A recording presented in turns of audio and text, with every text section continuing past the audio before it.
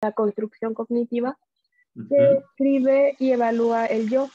ujú, ujú. ¿Qué más había dicho, maestra? Disculpe. El autoconcepto, la autoevaluación. La autoevaluación es el reconocer mis equivocaciones. Ujú. Bien, muy bien. Y la autoestima. La autoestima es el soy feliz conmigo mismo. Ujú.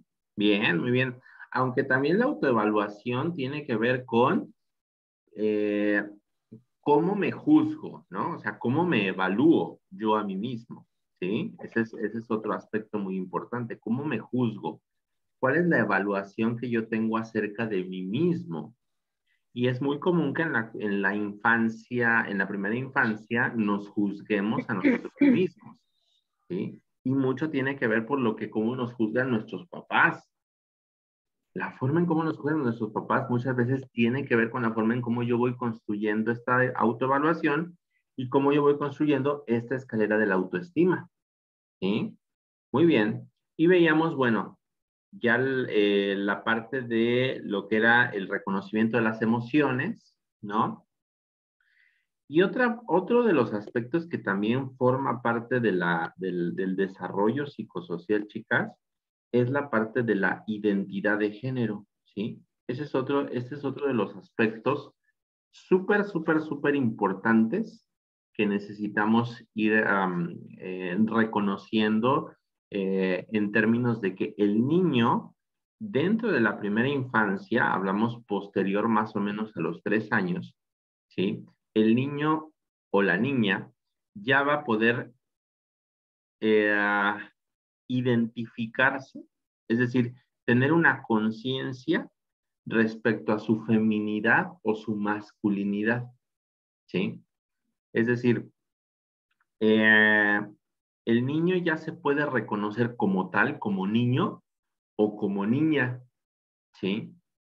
No es lo mismo la identidad de género que la parte del sexo, ¿eh? O que la parte de la orientación sexual. Son aspectos muy diferentes, ¿sí? Entonces, primero que nada, acuérdense que el sexo, ¿sí? Va a ser la condición biológica de ser hombre o mujer. Y ya desde ahí ya estamos equivocados, ¿eh? Porque biológicamente, ¿sí? Hay una condición humana que es la condición intersexual, ¿sí? Hay más de 50 variantes de intersexualidad, chicas, ¿eh? Por si no lo sabían. Entonces, realmente los sexos, en términos de la condición humana, podemos ser hombres, mujeres o intersexuales. El intersexual es una persona que tiene tanto rasgos masculinos como rasgos femeninos, ¿sí? Entonces, pero digamos que digamos que estos rasgos son biológicos, ¿sí? Es decir, hay hombres que nacen, por ejemplo, o bueno, hay personas que nacen, por ejemplo, externamente con genitales masculinos e internamente tienen desarrollados genitales femeninos. No sé si sabían ustedes eso. ¿Sabían ustedes eso o no? Ujú. O al revés, ¿sí? Personas que nacen externamente con genitales femeninos e internamente tienen órganos masculinos, ¿sí? Y esta condición es denominada la intersexualidad, ¿sí? Lo que estamos acostumbrados siempre, chicas, es a decir, bueno, a ver, ¿es hombre o es mujer? Nada más, ¿no? Pero no solamente existe la condición de hombre o mujer, o de macho o hembra, por decirlo de alguna manera, sino que también está la intersexualidad, ¿vale? Ahora, esto, conforme vamos creciendo, más o menos en la primera infancia, en nuestro desarrollo psicosocial, vamos a desarrollar lo que es la identidad de género. ¿Qué es el género? El género son los atributos, ¿sí? El género son los atributos sociales, ¿sí? De comportamiento y de hábitos que se expresan como masculinos o femeninos, ¿sí?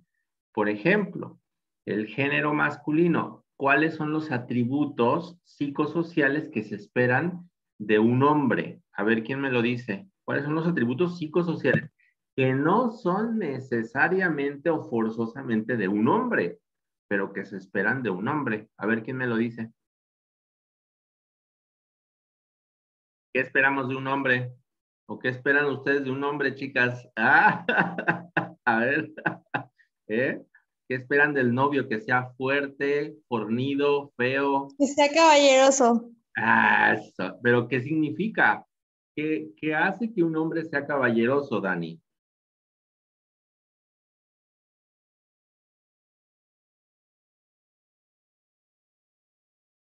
A ver, díganmelo en conductas, por favor. Que Porque sea que sea fuerte, ¿Mande? que sea fuerte, Que sea fuerte, ¿no? Claro, por ejemplo, si van a cambiar el garrafón del agua, ¿no? Esperas que lo haga un hombre, ¿verdad? Porque el hombre se supone que los hombres somos fuertes, ¿no? Muy bien. ¿Qué más? Que te abra la puerta cuando vas a entrar. Que te abra la puerta. Bien, muy bien. Eso esperamos de un hombre, ¿no? Que abra la puerta. Muy bien. ¿Qué más? Que sea respetuoso Ok, pero o bueno, amable. pero ese es un atributo que también esperamos de una mujer, ¿no? Digo, esperamos también que la mujer sea respetuosa, ¿no? Atributos exclusivos de un varón, de un hombre, de un caballero. A ver, que chicas, no llore, que no llore. Es buenísima, claro. Que los hombres no lloran.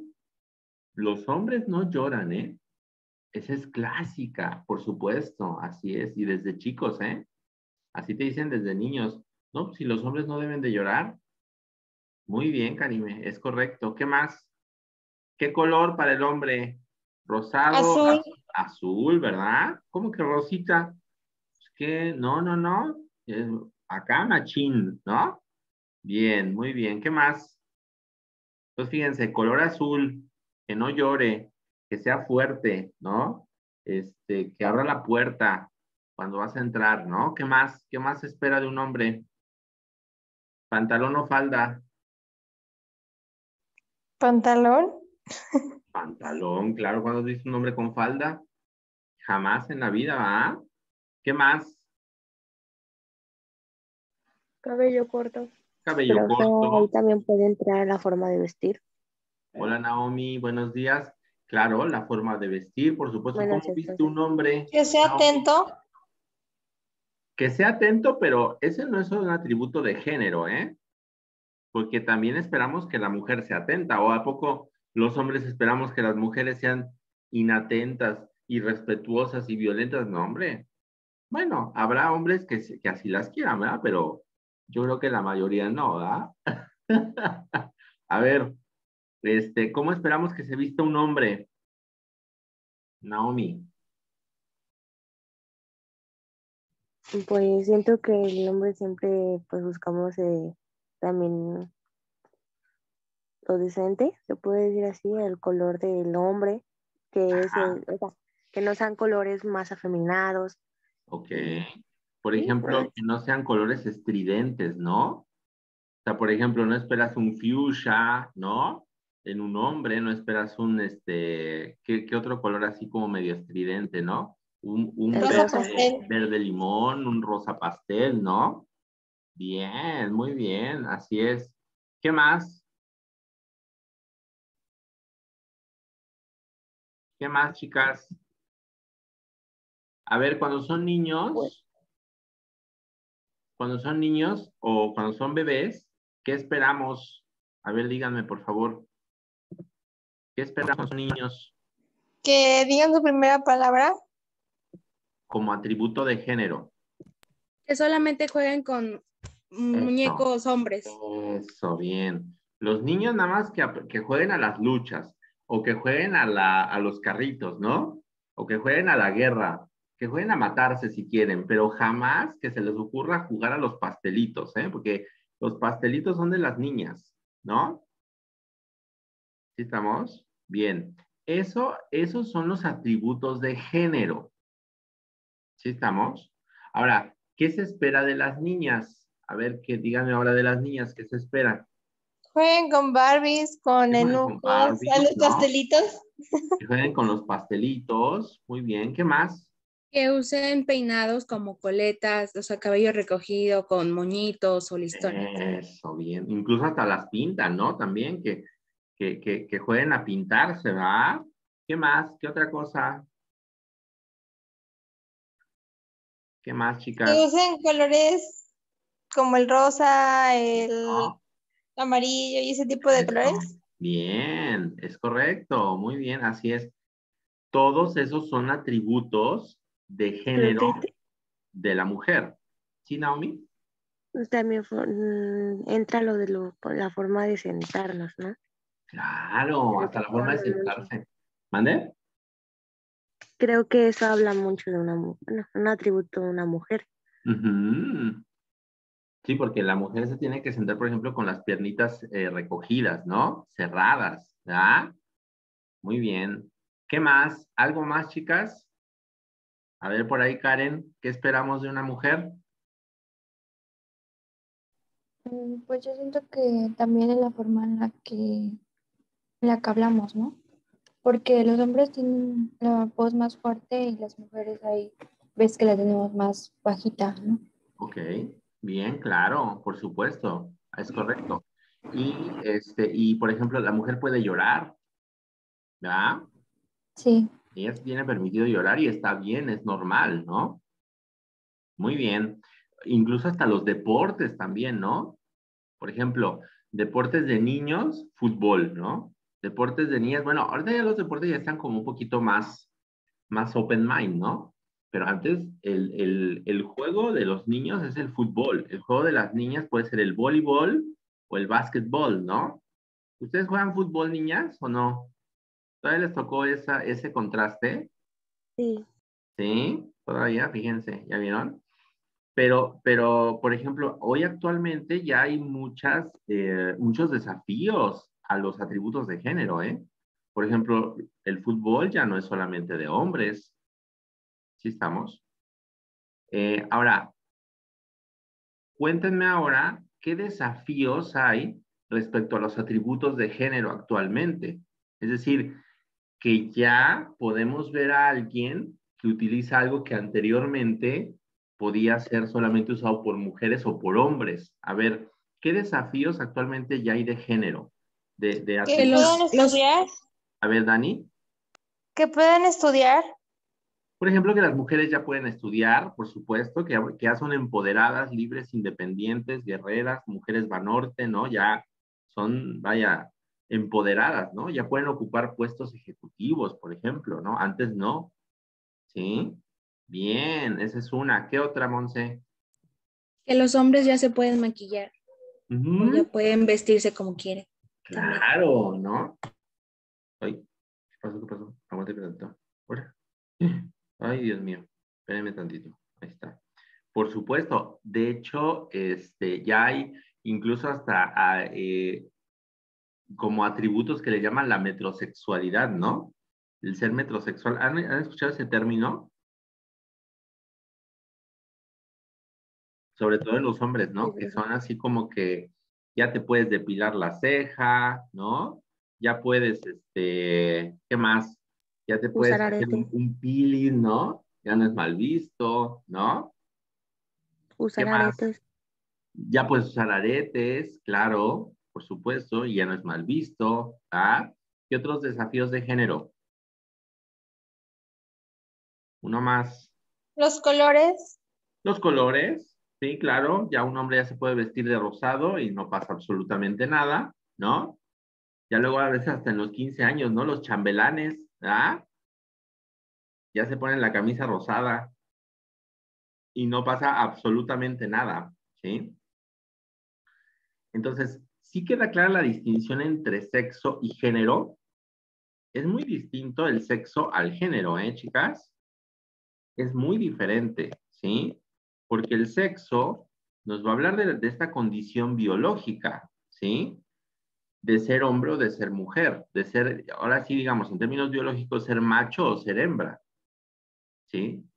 Y la identidad de género tiene que ver con la identificación que yo tengo de ser hombre o de ser mujer en términos de lo que socialmente se espera, ¿sí? Es decir, un hombre, ¿sí? Ay, ya, fíjense, ya me desacostumbré al Zoom, chicas. Ya no hay la flechita. Por ejemplo, un niño que nace varón, ¿con qué identidad de género se espera que se exprese? ¿Sí? Vamos a ponerlo así. Un macho, o sea, un hombre, un varón, ¿sí? ¿Con qué identidad de género esperamos se identifique? A ver, díganmelo. Color azul. Ajá, pero ¿con qué identidad de género? Que juegue con jarritos. La identidad. ¿Cuál es su identidad? Identidad es de hombre, ¿sí? Esto se espera, ¿sí? Que un hombre se identifique, que un macho se identifique como hombre, ¿sí? Y una hembra se identifique con ¿qué? Con ser ¿qué? Como mujer. Claro, como mujer. Esto pareciera muy obvio, pero no lo es, ¿eh? ¿Sí? Esta condición de nacer hombre e identificarme con uno como un hombre se le conoce como cisgénero, ¿vale? El cisgénero es cuando, aquí se los voy a poner mejor en la pizarra, ¿sí? El cisgénero, esto si ustedes llevan psicología de la adolescencia conmigo, lo vamos a volver a revisar. El cisgénero es cuando un macho o un hombre se identifica con el género masculino y una mujer se identifica con el género femenino. Es decir, el cisgénero es el género en donde el sexo corresponde con la identidad de género esperada. El sexo corresponde a la identidad de género esperada, ¿vale? Ese es el cisgénero, ¿vale? Hay otro que es el transgénero. ¿Alguien me puede decir qué es el transgénero? Es cuando un hombre tiene externamente lo masculino, pero internamente órganos femeninos. No, ese sería el intersexual. ¿Qué es el transgénero? Cuando el hombre o la mujer decide cambiarse de género. Ajá. Cuando el sexo no corresponde con la identidad de género esperada. Por ejemplo, un hombre se identifica con el género que... ¿Con cuál género? Chicas, De mujer. con el género femenino. O la mujer se identifica con el género, ¿cuál? Masculino. Masculino. Ahí está. ¿Vale? Hay niños que desde niños ya te dicen, yo soy niña. ¿Sí? Y se identifican varoncitos, o sea, hombres o machitos, que desde niños dicen, yo soy niña. ¿Sí? O utilizan muchos atributos de género femeninos. ¿Sí? Y crecen con identidad de género femenina. ¿Sí? No sé si ustedes han visto o les ha tocado algún niño o alguna niña también. Hay niñas que se identifican mucho con los atributos de género masculinos. ¿Sí? Y que hay una propensión, ¿eh? Tampoco es que sea ley, hay una propensión a que de adulto, pues, sea transgénero. Pero la identidad de género se termina de consolidar, chicas, perdón, ya hasta el final de la adolescencia, ¿eh? Porque forma parte de tus atributos de identidad, ¿sí? Pero desde niños ya empezamos a tener cierta conciencia con los aspectos con los cuales nos identificamos con el género, ¿sí? Y esto mucho tiene que ver con aspectos de aprendizaje, pero también tiene que ver con aspectos psicobiológicos. ¿Alguien ha conocido a algún niño o niña que se identifique con atributos de género del sexo opuesto? A ver, cuéntenme, o nunca les ha tocado. Yo sí, maestra. ¿Sí? Cuéntanos, Karen. Buenos días. ¿Cómo estás? Buenos días. Bien. ¿Nos podrías contar? Sí, a una niña Ujú. que ella la vestían como niño, le cortaban el cabello como niño y le compraban incluso carritos. ¿En Y serio? la niña decía que pues era niño. E Ujú. incluso le cambiaron el nombre. Le Ok. pusieron un nombre de niño. Ujú. Pero le compraban los carritos porque ella quería y le cortaban el Ajá, pelo porque ella quería. sí, Wow, o sea, digamos como que de alguna manera aceptaron su nueva identidad, o bueno, su identidad como hombre. ajá. Ok. Bueno, es que bueno, también tiene que ver con mi papá porque él quería una niña y pues también influyó mucho en el que le cambiara como el sexo, ¿no? Bueno, que él No, quisiera le que cambiaron el fuera género, mi vida, no el el sexo. género, perdón, el Ajá, género. ok. Entonces, pues sí, la niña se acostumbró así Ujú, y para ella él era hombre. ok. Pero más bien el papá esperaba un hombre. Ajá, Ok. Fíjense cómo influye muchísimo eso, ¿eh? Muchas veces los papás esperan el hijo, por ejemplo, hay veces que las mamás esperan a la niña o los papás esperan al niño, ¿sí? Sobre todo es muy típico que los papás esperen al hijo varón, ¿no? Es así como que es mi descendencia, chihuahuas, ¿no? Es mi hijo, ¿no? Para que siga el linaje de, ¿no? Y sale niña y así como que, mano, ya sale. Entonces, es muy común esa parte, ¿sí? De que hay padres que esperan esos atributos de los hijos, ¿no? Que esperan que sean niños, ¿no? Y viene incluso a veces hasta como cierto rechazo inconsciente, ¿sí? Muy bien. Ahora, la pregunta será, por ejemplo, en este caso, ¿ustedes creen que la identidad de género se construya? Es decir, sea algo que, como decía Lev Vygotsky, aprendemos de los otros o sea algo que traemos de manera innata. ¿Qué opinan? Es decir, si tú naces niña, tú te vas a identificar toda tu vida como niña. O puede ser que aprendamos a ser, en tu caso, niños, o yo pude haber aprendido a ser niña. A ver, ¿ustedes qué opinan? ¿Qué opinas, Monse? ¿Tú crees que la identidad de género se construye en la infancia, se aprende, o traemos aspectos psicobiológicos desde que estamos gestando, que nos dicen, no, pues tú ya eres niño y te vas a identificar como niño y así eres, aunque te cambien, aunque te pongan falditas y moñitos, vas a ser niño? ¿Tú qué opinas? O al revés, ¿no? Pues no sé, siento que es de los dos, por así decirlo. Uno desde que ya está, bueno, desde que está en el vientre, pues siento que ya hay algo así, algo como esto. Pero pues ya cuando naces y vas creciendo, ya es como que te identificas más con eso. Ok. Es así. O sea, digamos que es multifactorial, tú dirías, Ujú, ¿no? Ok. sí. ¿Tú qué opinas, Dani? Pues hay como que también depende mucho la forma en el entorno en que te desarrollas, ¿no? Ujú. La forma en cómo, también en cómo te tratan, a cómo tú te identificas si eres niño o niña. Ujú. Ok, bien, muy bien, muy bien. Pues fíjense que ese es uno de los dilemas que muchos he investigado en la psicología infantil, la parte de la construcción de la identidad de género.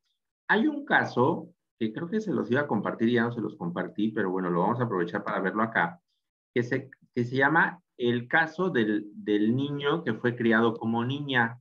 ¿Sí se los dejé en la plataforma o no se los dejé, niñas? Díganme, por favor. ¿No se los dejé? Bueno, lo vamos a ver entonces, ¿sale? Vamos a ver el caso el caso John Joan, así se llama, el caso John Joan, ¿sí? Es un caso súper interesante, ¿sí? Que nos habla acerca de cómo un psicólogo de aquellos años, de los años 70s, 80s, se llamaba el psicólogo John Money, experimenta con un par de gemelos, ¿sí? Y empieza a experimentar respecto a esta parte de la identidad de género, ¿sale? Entonces, quiero que lo vean, por favor, quiero que me digan su opinión al final. Es un video que está un poquito extenso, pero nos va a ayudar mucho a comprender esta parte de la importancia que tiene la identidad de género desde la infancia, ¿vale?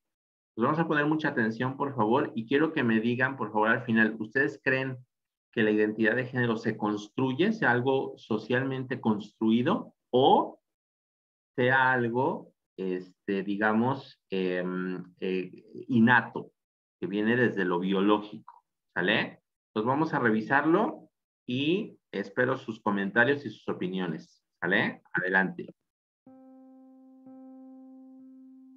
¿Se oye? El protagonista de esta triste historia de la psicología es difícil de nombrar porque es una persona que vivió 3 nombres. Nació Bruce, le convirtieron en Brenda y murió siendo David Reimer. Bruce Reimer se convirtió sin querer en una figura importante dentro de un debate que, a pesar de aludir cuestiones aparentemente sencillas, sigue a día de hoy muy vivo. ¿Qué es lo que determina identificarse como mujer, como hombre o como nada de eso? Si te pido que te definas, ¿qué rasgos aparecerían en la lista? Probablemente empezarías diciendo que eres un chico o una chica. Luego saldrían cosas como tu nacionalidad, tu profesión o tu edad, pero con alta probabilidad mencionarías las palabras hombre o mujer. Hay personas que no se identifican con ninguno de esos términos, pero vamos a quedarnos con estos dos. Una cuestión que sigue siendo investigada es ¿qué determina que nos definamos como una u otra cosa? La respuesta que suele aparecer cuando se hace esta pregunta es que depende de nacer con una determinada fisiología sexual. Genes, gónadas, hormonas y genitales. Si nacemos con apariencia típica de macho, nos identificaremos como hombre. Si nacemos con apariencia típica de hembra, nos identificaremos como mujer. Pero la realidad no encaja con una respuesta tan simple. Sabemos que hay personas que cuentan con caracteres sexuales que no son claramente de macho ni de hembra, como las personas intersexuales. Y a pesar de ello, dentro de este grupo hay personas que desarrollan una identidad como hombres o mujeres.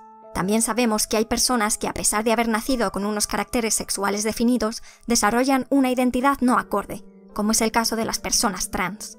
Es decir, la realidad nos muestra que nacer con la clásica fisiología de macho no es condición necesaria ni suficiente para tener una identidad de hombre, y nacer con la clásica fisiología de hembra no lo es para tener una identidad de mujer. Así que, ¿qué nos estamos perdiendo? ¿Qué factores no estamos teniendo en cuenta? Dentro de estas interesantes cuestiones se enmarca el experimento John Joan.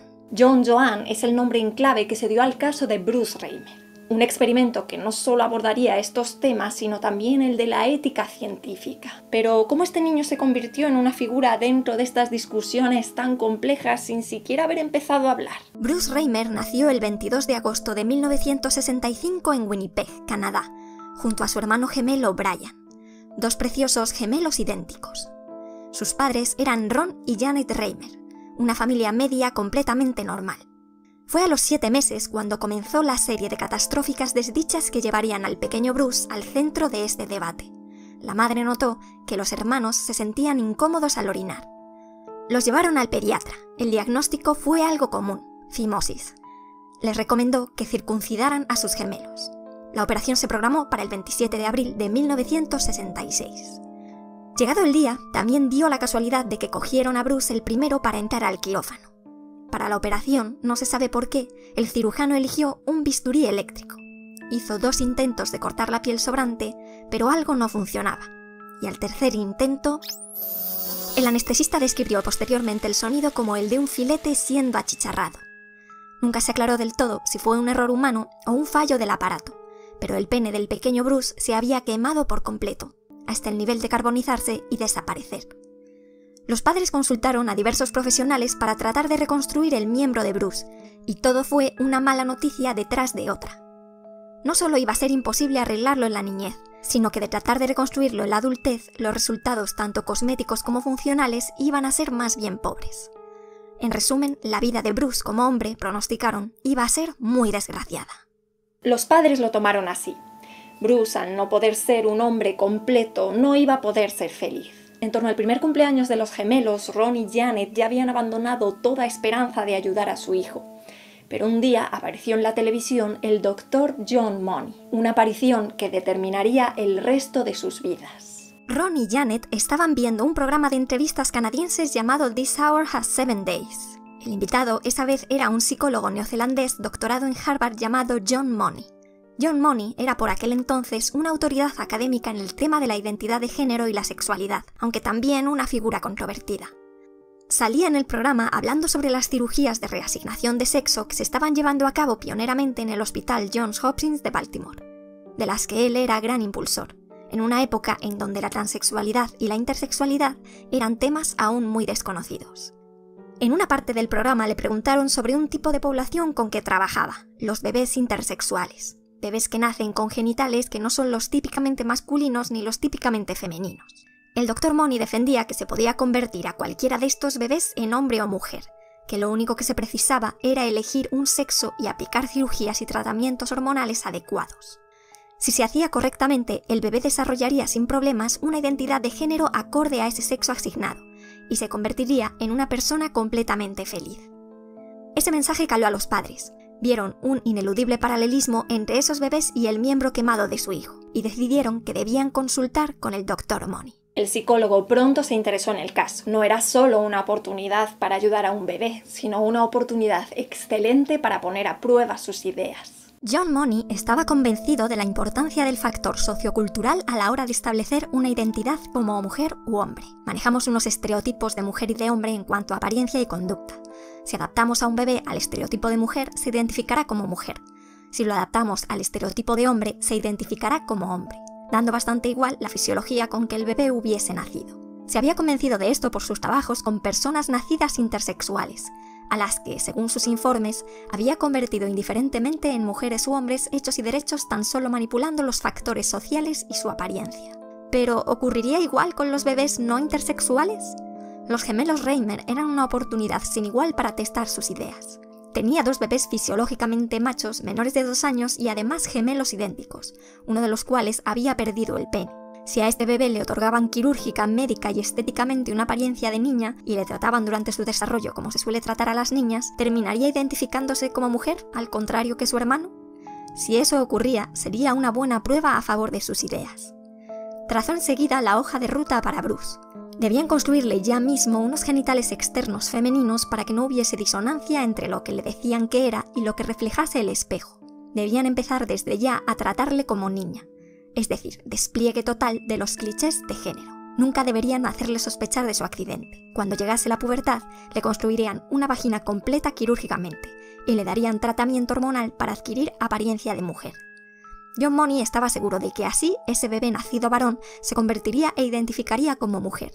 Estaba seguro de que así lograría ser feliz, cosa que según él no podría lograr siendo un hombre con los genitales calcinados. Unas cuantas cartas después, el matrimonio viajó a su clínica de Baltimore para verse con el doctor, donde les convenció mucho más de su idea. Era un procedimiento que John Money jamás había llevado a cabo con personas no intersexuales, y no se sabe hasta qué punto los padres de Bruce llegaron a ser conscientes de que su hijo iba a ser un conejillo de indias. Pero el caso es que Bruce Reimer, a los 19 meses de edad, fue transformado en Brenda Reimer. Ron y Janet empezaron a tratar a Bruce como una niña.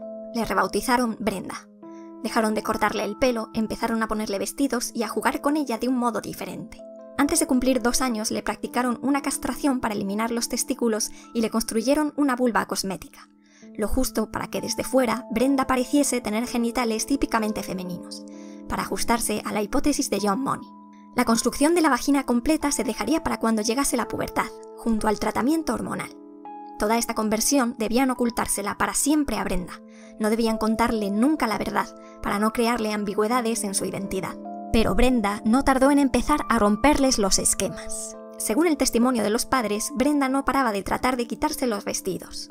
Cogía berrinches cuando no le dejaban afeitarse junto a su papá y su hermano. Su forma de jugar y sus maneras eran permanentemente descritas como de chicazo. Si Brenda era una niña marimacho o tomboy, como suele decirse despectivamente. Pasaba de los juguetes de niña que le compraban y elegía constantemente los de niño. Anunciaba que de mayor quería ser basurero. Llamativamente, siempre trataba de orinar de pie. Lo peor es que los incansables intentos de hacer que Brenda pareciese una niña, adoptase maneras de niña y jugase con niñas empezó a granjearle problemas a la hora de relacionarse. Si jugaba con niños como quería, los niños rechazaban a Brenda porque era una niña. Si jugaba con niñas como le imponían, las niñas rechazaban a Brenda porque jugaba como un niño. Todo ello derivó en ostracismo y maltrato sistemático, y esta situación llevó a Brenda a no rendir académicamente. La infancia de Bruce, convertido en Brenda, se volvió un auténtico infierno. No solo por la pesadilla que era el colegio, sino por las visitas anuales que debían hacer al Dr. Money en su clínica de Baltimore. Las evaluaciones que el psicólogo hacía de Brenda le dejaron huella, porque eran auténticos interrogatorios de cómo se sentía con su vida y con su cuerpo. Además, John Money aprovechaba esas sesiones para poner en práctica algunas de sus ideas más rocambolescas sobre la formación de la identidad de género. Sesiones que a veces implicaban conversaciones sexualmente explícitas o el uso de material pornográfico. A pesar de que el experimento de John Money saltaba a la vista que no estaba saliendo bien, a pesar del evidente malestar que le causaba a Bruce estar viviendo como Brenda todos estos años, John Money no paraba de describir en artículos, libros y conferencias el caso de Bruce Reimer como un auténtico éxito. Pero a lo largo de estos años, por suerte, empezaron a surgir voces discordantes dispuestas a cuestionar la cátedra de este psicólogo. John Money recomendó lo que recomendó porque estaba convencido de que no nacemos con ninguna predisposición a identificarnos como hombres o mujeres. Por eso su hipótesis se conoce como de neutralidad sexual. Somos una suerte de lienzos en blanco sobre los que se puede pintar hombres o mujeres si se manejan estos factores socioculturales y estéticos aludidos. La identidad como hombre o mujer es algo que se adquiere tras el nacimiento.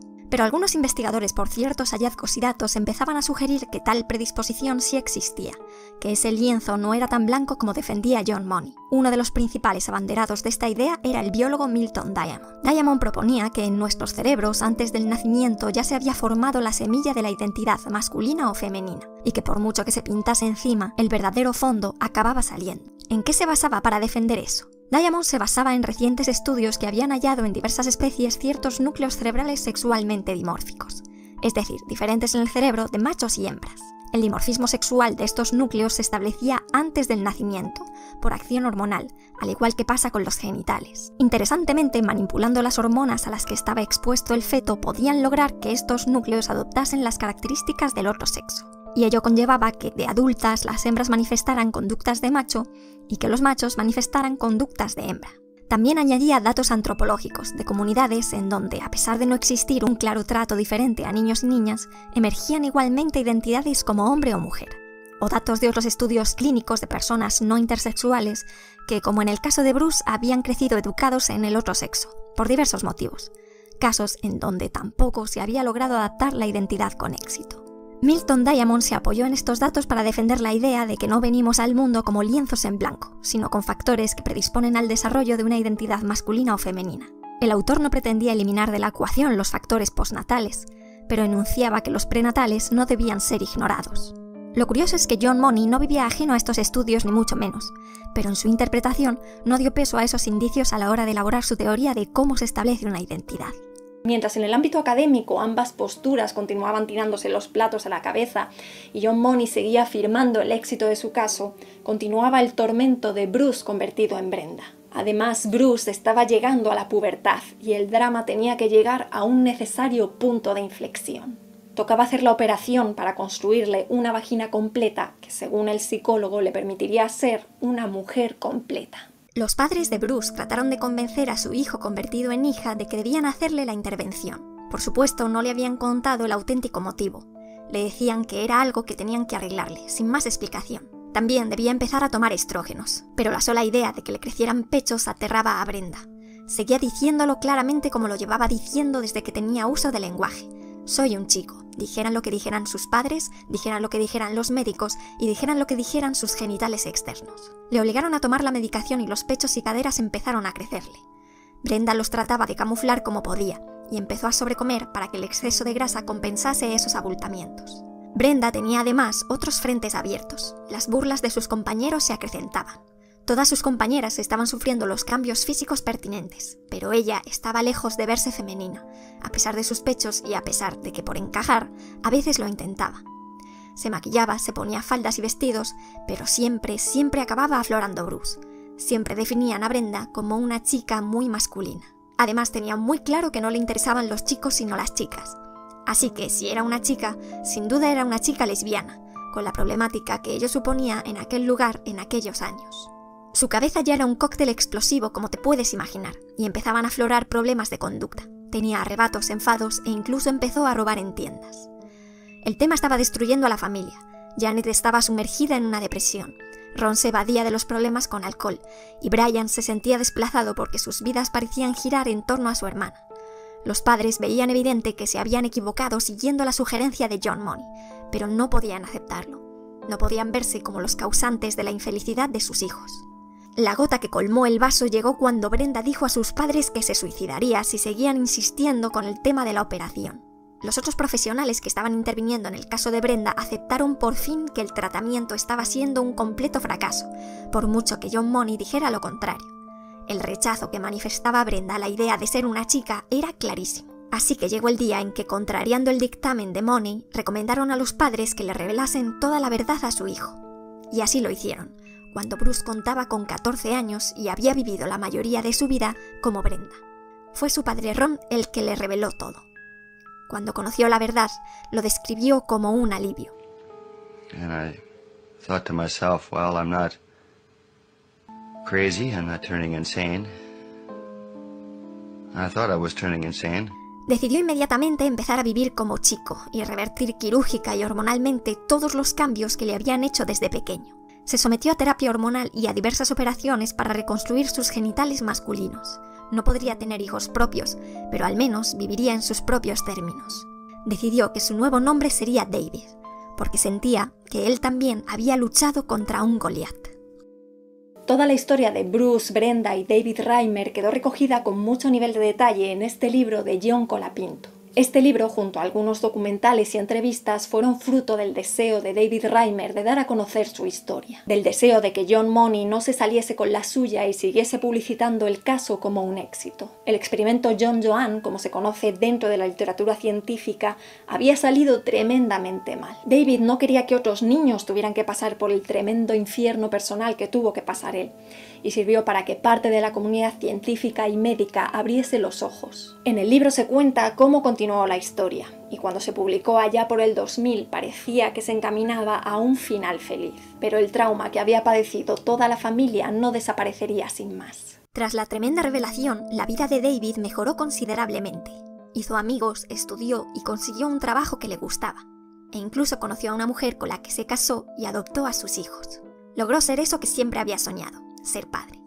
No obstante, todo el proceso había dejado una huella indeleble en la familia Reimer, una huella que les tenía reservado un final trágico.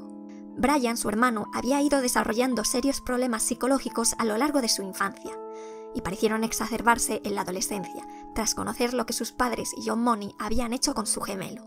Cuando su hermano decidió abrirse al mundo y contar su historia, lo apoyó, pero empezó a sobrepasarle la situación, y en 2002 se suicidó con una sobredosis de medicación, cuando solo tenía 36 años. David sumó la muerte de su gemelo al trauma psicológico de su infancia. Afectado y sintiéndose culpable por el suicidio de Brian, empezó a tomar malas decisiones financieras. También su matrimonio resultó tocado, y su mujer le pidió separarse un tiempo.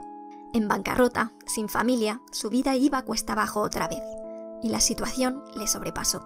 Se suicidó en 2004 con un disparo en la cabeza, cuando solo tenía 38 años. El experimento John Joan, creado por John Money, acabó de la peor manera posible. El psicólogo murió 2 años después del suicidio de David, a causa de la enfermedad de Parkinson que llevaba padeciendo desde hace tiempo. Pero este terrible desenlace sirvió para poner algo de orden en el debate. John Money nunca vio el experimento John Joan como una refutación a sus ideas. Echó la culpa del fracaso a factores que no había podido controlar, como que los padres habían tardado en tomar la decisión de cambiarle de sexo, a pesar de que le habían operado antes de los 2 años. También sugirió que lo que había pasado es que no le había sido ocultada convenientemente toda la farsa, o que Brenda nunca accedió a que le construyesen una vagina completa, Otros estudiosos del tema de la identidad de sexo y género indican que el experimento tampoco tiene por qué suponer un apoyo a la postura de Milton Diamond, y se plantean algunas preguntas. Resulta evidente que Bruce rechazaba la identidad femenina, pero ¿era debido a que su cerebro estaba ya sexualmente diferenciado como hombre, como sugería este investigador?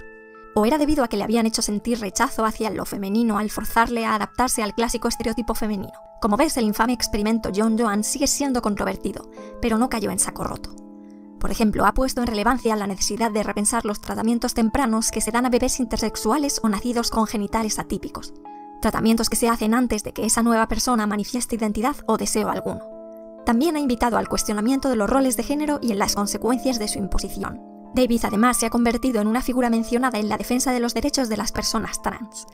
Él, en su etapa como Brenda, estaba siendo obligado a vivir conforme a una identidad que no le representaba, con todas las consecuencias psicológicas que ello supuso.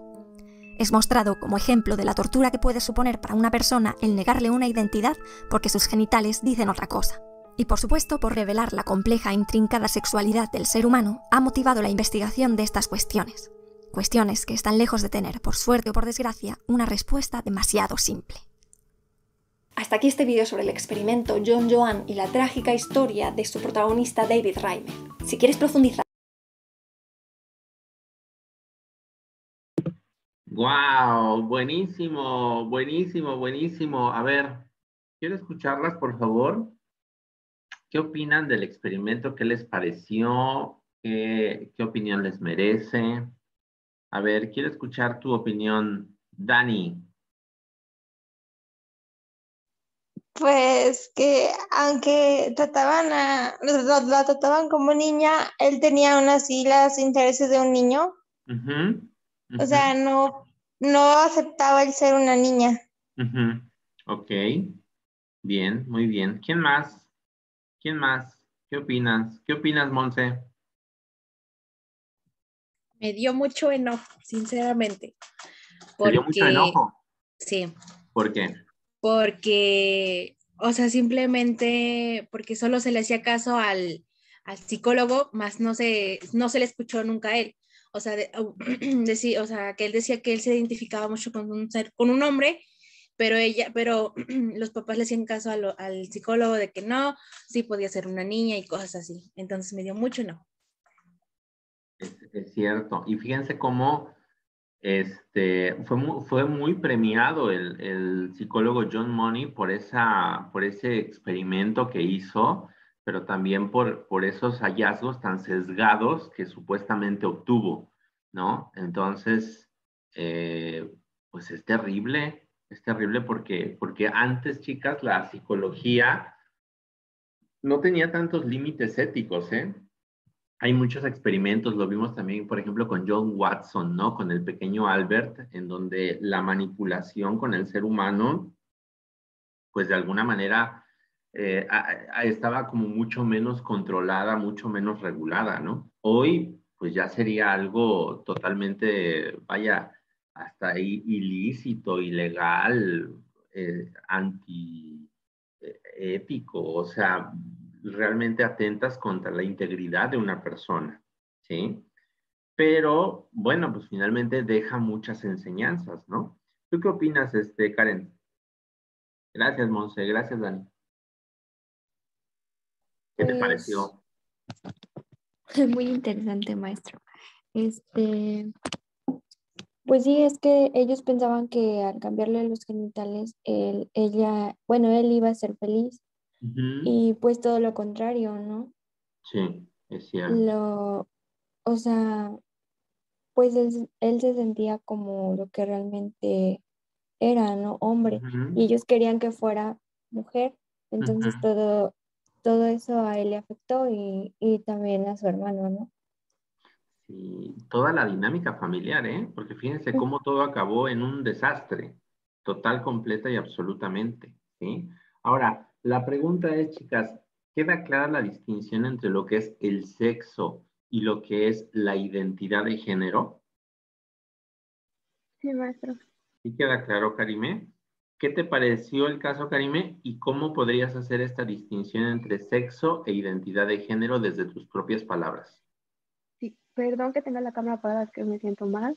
No, no te preocupes. me gustó el video, pero sinceramente siento que estuvo mal dirigido el proyecto o el proceso, porque se enfocaban, como dice Monse, mi compañera, en el niño, pero no realmente en lo que sentía, porque sí el psicólogo estaba como de necio de que su proyecto Sí, estaba bien es y no correcto. tomó factores como en este proceso que vamos a hacer el intercambio de sexo, su otro hijo puede tener depresión o aislamiento y no se llevó un proceso como para que toda la familia estuviera dentro de él, porque pues Ujú, también afecta emocionalmente. claro, Y total. pues como usted dijo, el sexo pues es con lo que nace, según yo Ujú, entendí, si es macho o hembra.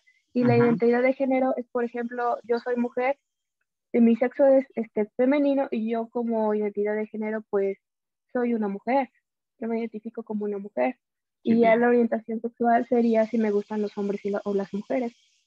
Claro, sí, que ya ese es el otro punto, ¿no? Que es la parte de la Sí, orientación sexual, ¿verdad? Porque una cosa es la identidad de género y otra cosa es la orientación sexual, ¿eh? Esa es sí, maestra. otra, ¿no? Totalmente diferente. Muy bien. Claro, gracias, Karime. Por supuesto. Sí, Entonces, maestra. a ver, aquí la pregunta sería, chicas, ¿qué pasaría, por ejemplo, qué pasaría en un caso hipotético? Vamos a poner un caso hipotético en el cual tú tienes un niño que se identifica con una niña, ¿no? O sea, en tu grupo, en tu salón de clases, tú tienes un niño que se identifica con una niña, ¿sí? Y este niño quiere que, ahora sí, que lo trates como una niña. Tú como docente, ¿tú qué harías? Porque obviamente esto lleva implicaciones a nivel grupal, ¿sí? ¿Por qué? Porque el grupo, pues también, híjoles, burlas, bullying, maltrato, se vuelve más vulnerable, ¿no? Y esto pasa, ¿eh, chicos? Chicas, perdón. O sea, hay veces que nos encontramos alumnos que se sienten como niñas, o tienes el típico alumno que se junta con las niñas nada más, ¿sí? El varoncito que se junta con las niñas, ¿no? O la niña que busca juntarse con los niños, ¿no? Pero hay veces que incluso hay niñitos, varoncitos, que dicen, no, yo soy niña. ¿Tú qué haces ahí como docente? ¿Qué harías, Naomi? ¿Estás por ahí, Naomi? Pues sí, profe, sí, Ah, como tal vez, yo traté, bueno, pues trataría de identificar como que la parte del niño, ¿no? O sea, él qué es lo que realmente quiere, porque a veces las decisiones las toman ellos. ujú, Entonces puede ser que uno como docente, pues ya nos identifiquemos a lo que el niño decida y lo ujú, tratemos a como el niño decida, porque hay muchos que pues digamos que pues los vemos en hombre y ellos, para ellos son mujeres y ujú, muchos no les gusta que nos traten de la manera de hombre, sino que lo trates como una mujer. ujú, Entonces ya yo trataría de identificar. ujú. O sea, que si te dice, por ejemplo, que lo trates como, por ejemplo, en este caso, que tuvieras a la pequeña Brenda y te dijera, no, yo soy niño, quiero que me llames David, ¿tú qué harías? Lo trato como hombre porque entonces su decisión es de él. O Ujú, sea, como ahorita es lo del caso, la decisión la tomó los padres, no claro, personalmente el niño. ok, Entonces, pues yo lo trataría como hombre. ok, bien, ok, muy interesante. Gracias, Naomi. ¿Tú qué opinas, Yeltsi? Buenos días. Buenos días, profe. Pues no lo sé. Estoy entre tratarlo como lo trataría Naomi, pero a la vez también se lo comunicaría primero a sus padres. Y Ujú, ya después, pues dependiendo la decisión que tomen, también podríamos orientarlos a ellos de la manera que hay que tratar al niño, de la manera que él se sienta más cómodo. ujú. Sí, Bien, eso haría yo. bien, muy bien. Gracias, gracias, Yeltsi. ¿Tú qué harías, Jessie? Bueno, en mi opinión, yo lo trataría como él quisiera que lo tratara. Y se lo comunicaría también a sus papás, ¿no? Pero yo, estando en mi salón conmigo, lo trataría como él quiere que lo trate. Ya fuera de ella es otra cosa. Pero yo en mi salón, mientras esté conmigo, lo trataré como él quiere. ¿Y tú, Dani, qué opinas? Pues igual dentro del salón, trataría como quiere que lo traten. Y ya fuera de ahí, pues ya sería diferente porque ya no se desarrolla en el mismo entorno que en la escuela. ¿Comunicarías algo a los padres? ¿Les dirías algo? ¿No Sí, les dirías nada? a los padres, pero de manera muy discreta, sin que él se entere, o ella. ¿Por qué? Para no causarle también un trauma o algo que ya no entendía en ese momento. ¿Qué le dirías a los papás?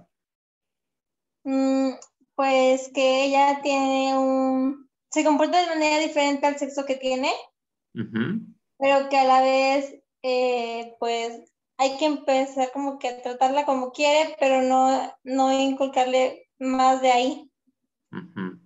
Ok, porque eso también puede pasar, ¿eh?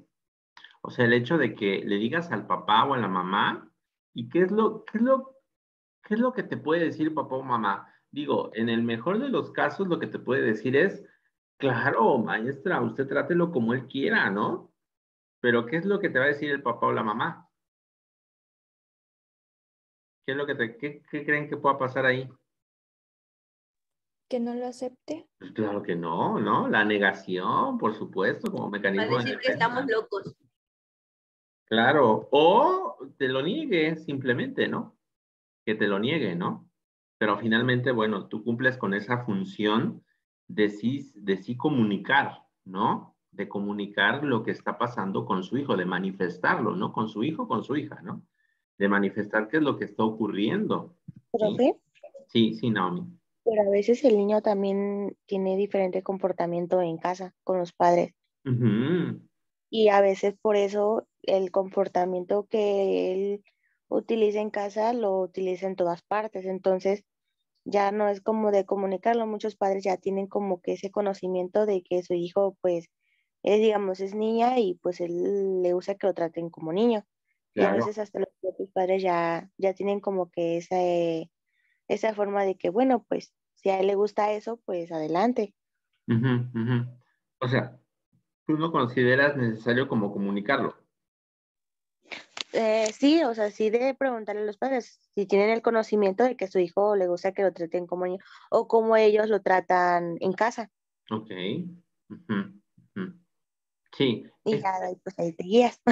Claro, ahí depende mucho de la parte del entorno, ¿no? Definitivamente. Y para eso nos ayuda mucho la evaluación psicológica infantil, ¿eh? Nos ayuda mucho por la cuestión en términos de poder conocer el contexto, el entorno, ¿sí? Para eso tienes la herramienta del familiograma, para ver cómo son las interacciones que tiene el niño, la niña, la forma en cómo se relaciona con sus modelos parentales, ¿sí? ¿Por qué? Porque de alguna manera eso marca, ¿sí? La forma en cómo el niño puede tender a comportarse y quiénes son sus principales modelos, ¿sí? Pero definitivamente, chicas, yo creo que tenemos que comunicar a la familia lo que ocurre en el aula. Digo, finalmente tú como docente, uno de los aspectos fundamentales que tienes es la parte de la observación, ¿sí? Y la parte de la comunicación, ¿sí? Acuérdense que la comunicación es fundamental porque comunicar es poner en común las acciones, por eso se llama comunicación, porque hay que comunicar, hay que poner en común la acción que vamos a llevar a cabo. Y si un niño me dice que quiere que lo trate como niña, ¿no? Quiere que le cambie el nombre, ¿sí? Entonces, pues finalmente ahí ya repercute en términos de la parte de su identidad. Y hay que ser muy respetuosos en ese aspecto, ¿sí? Y ver todos los aspectos que conlleva la parte del trato que tiene con sus compañeros, cómo se interrelaciona con sus compañeros. Eso también es muy, muy, muy importante. Con quién hace alianzas, quién lo rechaza, ¿sí? y fomentar esta parte de ser incluyente, por supuesto, ser respetuoso. Es una oportunidad para poder fomentar esta parte del respeto, de la inclusión, ¿sí? Siempre con un aspecto sumamente, pues, delicado, con mucho respeto sobre la parte de la identidad que pueda manifestar el niño o la niña, ¿sí? Entonces, bueno, queda claro la parte de lo que es la identidad de género y cómo se va construyendo desde la parte de la infancia, chicas. ¿Vamos bien entonces? Entonces, fíjense cómo sexo e identidad de género no es lo mismo, ¿eh? Y también tenemos la parte de la orientación sexual que no, o sea, el hecho de tener, como decía Karime, el hecho de tener una identidad de género no significa que eso marque tu orientación sexual, porque eso ya se termina clarificando hasta el final de la adolescencia. Yo puedo sentirme identificado con una mujer, puedo ser a lo mejor una mujer transgénero, pero me pueden gustar las mujeres, ¿sí? Entonces sería una mujer transgénero lesbiana, por ejemplo, ¿no? O un hombre, por ejemplo, una mujer que es con identidad, digamos, pues sí, una mujer, ¿no? De sexo femenino que se identifica con un hombre, sería un hombre transgénero, ¿sí? Y que a lo mejor se puede sentir atraído, ¿sí? Por hombres, ¿sí? Puede ser un hombre transgénero gay, por ejemplo, ¿sí? Entonces, nada tiene que ver la parte de la identidad de género con la orientación sexual, ¿vale? Son aspectos muy distintos. Incluso ya hay ahorita tendencias que ya desafían los dos géneros, ¿no? Ahora ya hay las personas que les llaman los no binarios, ¿no? Que los no binarios son, yo no me identifico ni con hombre ni con mujer. No me identifico con ningún sexo, ¿no? Y así se les llama no binarios, ¿sí? Yo creo que, chicas, que el día que descubramos que la versatilidad, las diferencias son lo que nos hace más ricos, son lo que nos hace más, nos enriquece más como especie humana, pues vamos a quitar todos esos estereotipos y todas esas etiquetas que lo único que hacen son limitarnos, ¿no? Porque realmente la humanidad pues, es muy versátil, ¿sí? Y lo único que nosotros estamos buscando es como encasillar, ¿no? Como crear etiquetas, ¿no? Pero finalmente pues todos somos muy versátiles, ¿vale? Bueno, muy bien. Ahí vamos entonces con la parte de lo que es la identidad de género. Fíjense cómo ya desde la infancia se empieza a desarrollar esta parte de la identidad, ¿sí? Y bueno, aquí influye mucho también lo que conocemos como los estilos de crianza, ¿sí? Los estilos de crianza que tienen que ver ya con la parte de las interacciones con la familia, que es otro de los aspectos psicosociales, influyen muchísimo, muchísimo, muchísimo en la forma en cómo los niños se van desarrollando, van creciendo, ¿sale? Entonces, tenemos varios estilos de crianza. Por una parte tenemos el estilo autoritario. Un estilo de crianza autoritario, chicos, tiene padres autoritarios, como su nombre lo indica, y el padre autoritario es porque lo digo yo. Ese es el estilo de crianza autoritario, ¿sí? Es el estilo de crianza que te dice, porque lo digo yo, ¿sí? Es decir, aquí no se cuestiona si es justo o es injusto. Aquí lo único que vas a hacer es lo que yo te indique, ¿sí? Entonces, eso de alguna manera da estructura al niño, pero también puede hacerle caer en tener poca confianza en sí mismo, ¿sí? ¿Por qué? Porque de alguna manera no le dejas explorar, tomar ciertas decisiones, sino que ya le estás dando la estructura autoritaria, autocrática, de lo que tiene que hacer, ¿sí? Entonces, no se cuestiona la decisión de papá o mamá, sino que simplemente, ¡pum!, se impone la regla, ¿no? Y no se hace como dice papá o mamá, entonces, bye, ¿no? Nos agarran a chanclazos, ¿verdad? Ese es un estilo de crianza que también digamos que de alguna manera va formando ciertos rasgos de nuestra personalidad, ¿sí? Ahora, tienes el estilo negligente. ¿Cuál es el estilo negligente? El negligente es, digamos, como permisivo, pero no presente, sino ausente, ¿sí? El negligente es, sé lo que está pasando, pero no hago nada por corregirlo, como papá, ¿sí? Entonces, el negligente es en cierta forma como un tipo de crianza permisiva, ¿sí? Pero más que permisiva es, digamos, eh, dijeran popularmente, como que te haces de la vista gorda, ¿no? Te haces como digamos, te haces ojo de hormiga, ¿sí?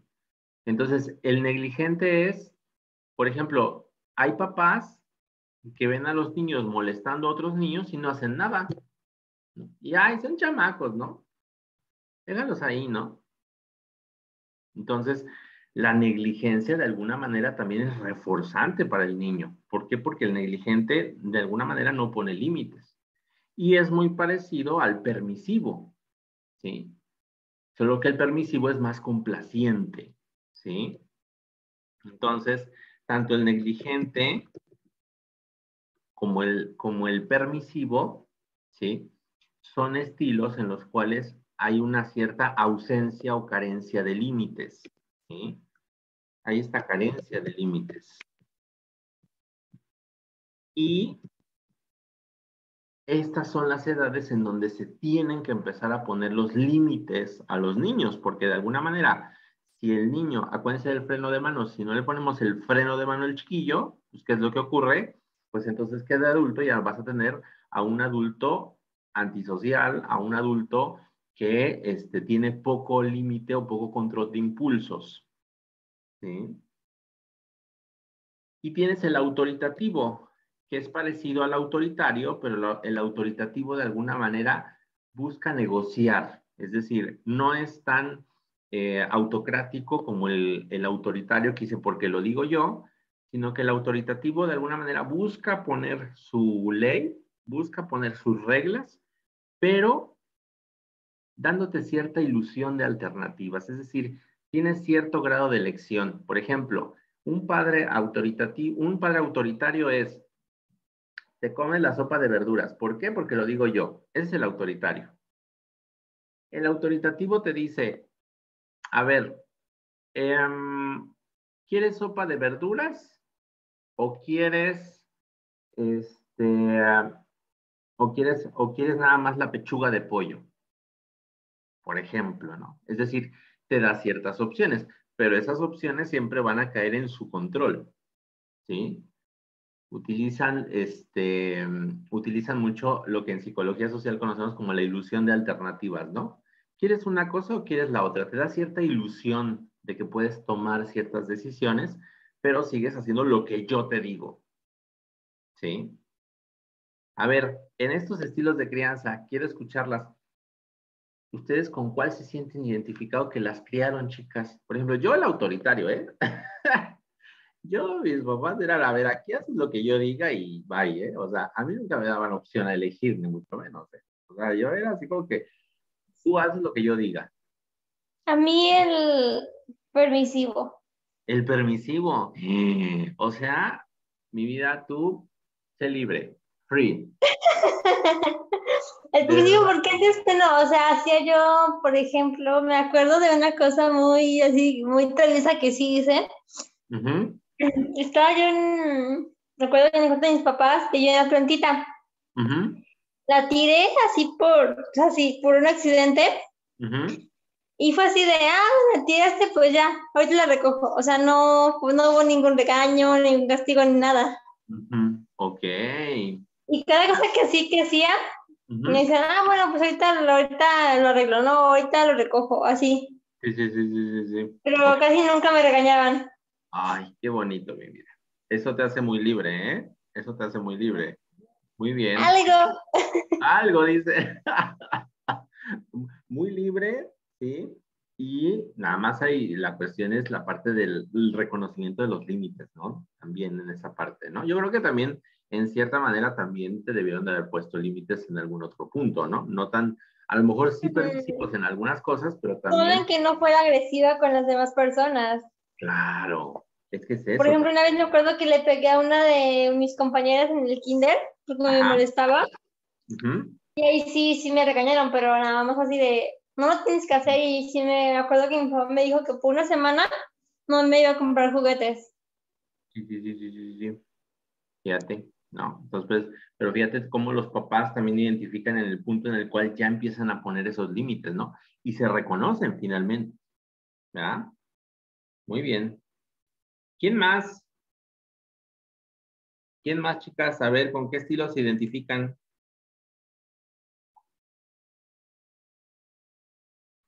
¿Puedo decirle yo, profe? ¿Y Naomi? Ajá. ¿Con cuál? Yo son dos. Ajá, sí, puede ser que nos identifiquemos con varios, ¿eh? Autoritaria y permisiva. Autoritaria y permisiva. O sea, en ciertos aspectos autoritaria y en ciertos aspectos permisiva. Ajá, es que pues hay cosas que, pues, digamos que mis papás me dicen, no, pues, no sé, como que permisos y así, pues, es a lo que ellos me digan. Entonces, pero pues al igual, soy pues también libre, o sea, no tengo ningún problema en lo que yo hago mientras sea bueno. Entonces, pues yo digo que por eso soy esas dos. Bien, ok, muy bien. Sí, eso es importante que lo que comentan Naomi, chicas, o sea, no siempre nada más va a ser puro autoritativo o autoritario, ¿no? Es decir, puede haber ciertos momentos en los cuales haya cierto grado de ser autoritario y hay momentos en donde, pues a lo mejor eres más permisivo, eres más negligente, ¿sí? Eres más autoritativo como padre, ¿ah? Muy bien. Muchas gracias, Naomi. ¿Quién más? ¿Uno más? ¿Una más? ¿Quién más, chicas? Who else? A ver, Karen. Yo me identifico con el autoritativa. Porque, cuéntanos. Pues así como decía usted, te dan así como que tienen el control, pero te dan a elegir de lo que... Ay, de lo que ellos quieren, ¿no? Ajá, exacto. Es buenísimo ese, es buenísimo. Muy bien. Ok, muy bien. ¿Y eso cómo sientes que ha repercutido en tu personalidad? Es decir, por ejemplo, ¿sientes que tienes esa libertad de poder opinar, de poder hablar, de poder elegir? ¿Te sientes más reprimida tal vez? Porque los estilos de crianza nos condicionan mucho, chicos, chicas? Nos condicionan muchísimo, ¿sí? Por ejemplo, los permisivos, por ejemplo, pues a lo mejor como que les cuesta más trabajo controlar impulsos, les cuesta más trabajo reconocer límites, ¿no? Los autoritarios, por el contrario, ¿no? Son más propensos a la culpa, ¿no? Tienen más, se limitan más al momento de tomar decisiones, se les dificulta tomar decisiones porque el autoritario es toda la vida tomaron las decisiones por ti y cuando te toca tomar decisiones, pues dices, no sabes qué onda, ¿no? El autoritativo tiene esa cualidad, ¿no? Entonces, tú reconoces que de tus estilos de crianza, algo en ti en términos de que haya impactado en la forma en cómo tú te has desarrollado en tu personalidad.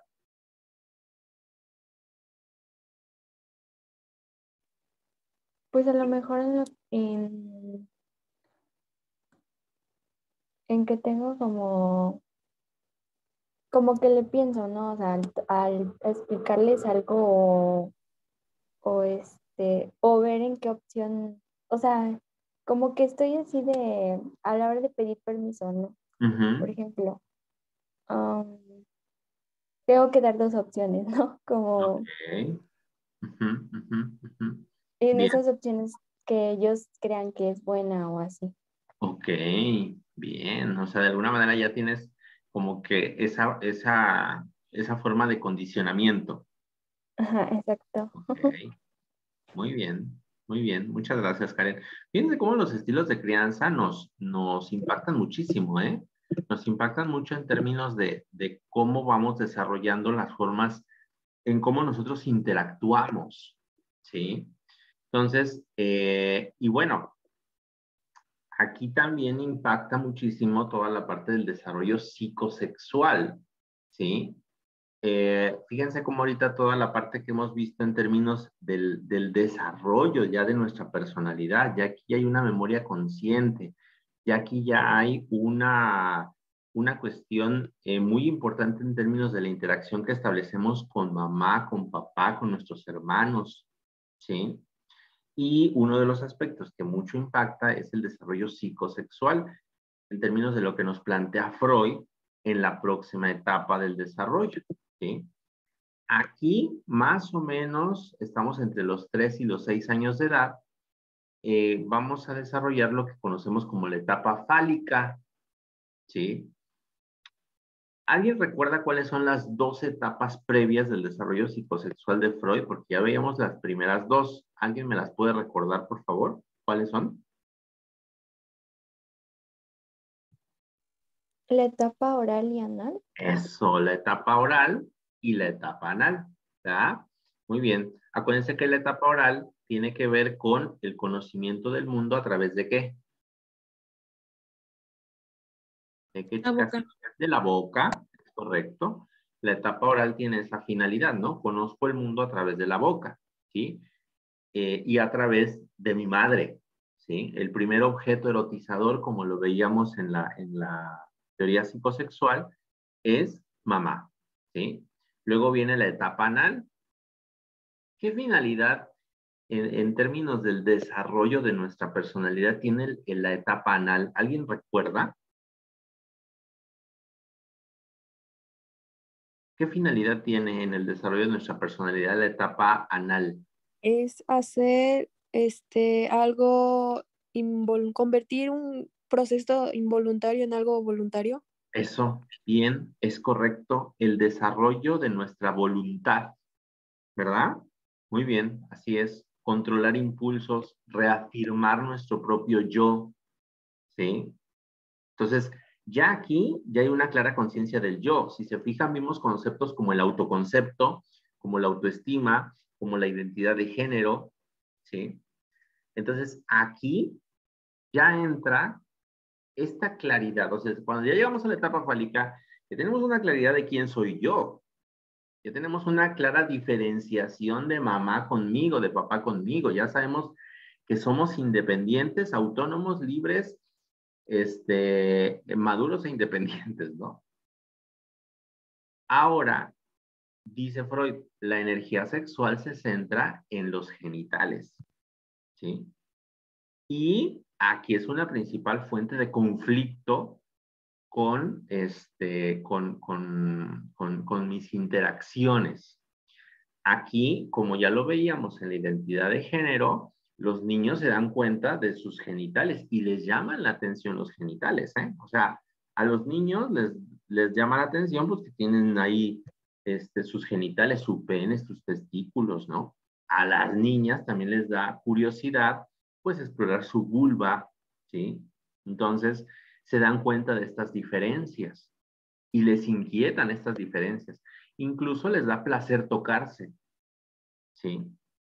Entonces, en este caso, para Freud descubre que los niños, o más bien se da cuenta de que los niños en esta etapa, ¿sí? Pues que no todos están dotados de la misma manera, ¿no? Los niños se dan cuenta de estas diferencias sexuales y les gusta explorar sus genitales, ¿sí? Tocarse, masturbarse, ¿sí? Y expresan su interés en cuestiones sexuales, ¿no? Incluso luego los chiquitos se sientan, ¿no? Y se mecen, ¿no? Así, ¿no? Como que les gusta, ¿no? O se tocan, ¿sí? Nada más que lo malo aquí es que en cuanto mamá o papá ven que el niño se está tocando o la niña está tocando sus genitales o se está viendo, se está explorando, ¿qué hace mamá o papá? Así de, ¡ah! Suéltate ahí, ¿no? Y vienen los mitos, ¿no? ¿Cuáles son los mitos? A ver, díganme, por favor, suéltate ahí, ¿por qué? A ver, complétenle la frase. ¿Qué pasa? ¿Qué te va a pasar? Se te va a caer la mano, te van a salir pelos en la mano, ¿no? Se te van a caer, ¿no? Se te va a caer lo que tienes ahí, porque ni siquiera son para decirle a los genitales por su nombre, ¿no? ¿No les ha pasado? ¿No? Que dicen, déjate ahí, o no ven a papás que luego les dicen así a los niños. A ver, cuéntenme alguna experiencia. Yo me acuerdo que sí, no fue conmigo ni con nadie de mi familia, fue con una amiga de una tía, ¿Ah? de un niño, y tenía como 2 años, el niño, y fuimos a su casa y estaba el niño sentado jugando. Sí. Y de repente empezó a tocarse y la mamá le empezó a dar de gritos. Dijo, no, déjate ahí que se te va a caer la mano, se te va a caer ahí. Y eran unos gritos horribles. Y yo así de, ¿por qué? Sí, yo ni entendía por qué. Yo tenía como 3 años. Ok, sí. Es que así pasa, ¿eh? Entonces, ¿qué es lo que ocurre? Pues que satanizamos los genitales, ¿no? Y entonces ya lo ves como algo prohibido. Incluso tú ves los juguetes para niños. Mira, por ejemplo, las Barbies, ¿no? Vamos con las Barbies, ¿no? Las Barbies, o sea, tienen una pechonalidad y unos cuerpazos, ¿no? Y todas güeras así, monísimas, pero no tienen genitales, chicas. No tienen genitales. Igual el Ken, todo acá musculoso, trabado, ¿no? Bien acá, carey y todo, pero le ves abajo, no tiene nada, ¿no? Porque es algo como estigmatizado por la sociedad, ¿verdad? Entonces, prácticamente estamos como castrados, ¿sí? Como que de eso no se habla, ¿verdad?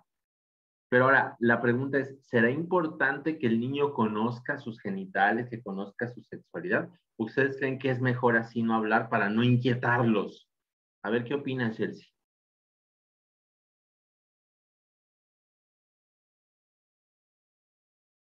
¿Estás por ahí, Chelsea? ¿Qué opinas? Yo escuché Jessie, maestra, perdón. Pues yo opino que sí tendrían que hablarlo.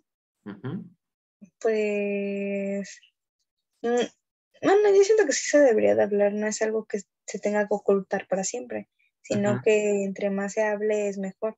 Claro. Hay más comunicación entre padre e hijo. Por supuesto, sí, es correcto, así es. ¿Tú qué opinas, Monse? ¿Crees que eso se tenga que hablar o no? O mejor ya que ellos lo vayan descubriendo poquito a poco. No vaya a hacer que se vayan a pervertir, ¿no?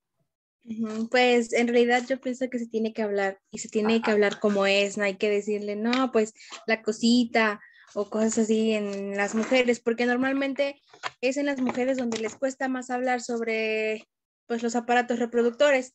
Entonces, pues a las mujeres, o sea, bueno, a las niñas, hablarles pues por lo que es, con lo que es y lo que, y pues decirle lo que puede pasar y todo. Claro. Bien, muy bien. O sea, pero hablar de la sexualidad para ambos. No a los hombres, pues decirle el pene, la vagina, y a las mujeres, pues decir la cosita y así. Ok, bien, muy bien. Gracias, Monse. ¿Sí? ¿Sí, Naomi? Yo tenía, bueno, yo tengo mi abuelita y de parte de mi mamá. ¿Tienes una abuelita?